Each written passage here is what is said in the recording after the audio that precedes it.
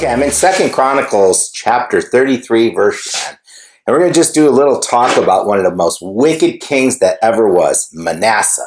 He was terrible. He was awful. But it says here in Second Chronicles chapter 33, verse 10, and the Lord spoke to Manasseh and his people, but they paid no attention. That's the problem with people today, that we can be as evil as Manasseh, or we see in the world today the wickedness on the same level with all the worshiping of idols, whether it's abortion or the agenda, transgender, just all the garbage. And we see that wickedness, and God's speaking, but we don't listen, the same as Manasseh. But then when it gets really bad, therefore the Lord, in verse 11, the Lord brought against them commanders of the king of the armies of Babylon. They took Manasseh captive and with hooks and bound them in chains and carried him off to Babylon.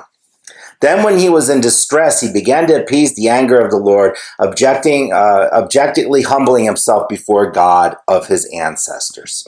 Here we see when things got the worst of the worst. We know when that saying, when you hit rock bottom, there's nowhere to go but up. This is kind of where Manasseh is. He's like, I've hit rock bottom. It's a disaster. But here's the thing I like. In verse 13, it says, he prayed to him, meaning God, and God was moved by his plea and paid attention to his entreaty, or to his prayers, brought him back to Jerusalem, to his kingly office. Then Manasseh understood that Adonai, or the Lord, really is God. Again, Manasseh was probably one of the worst kings there was. He was evil, he was wicked, but he repented, and God heard him.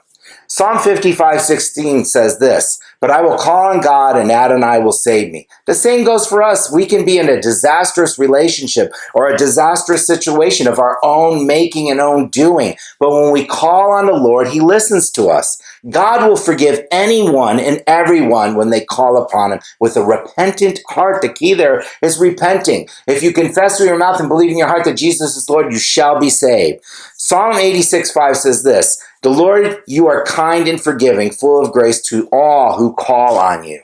Here's the thing I want you to realize. As wicked as Manasseh was, he still repented and God forgave and restored. The same goes for us. Be encouraged by this. You might think you have blown it so badly that there is no hope.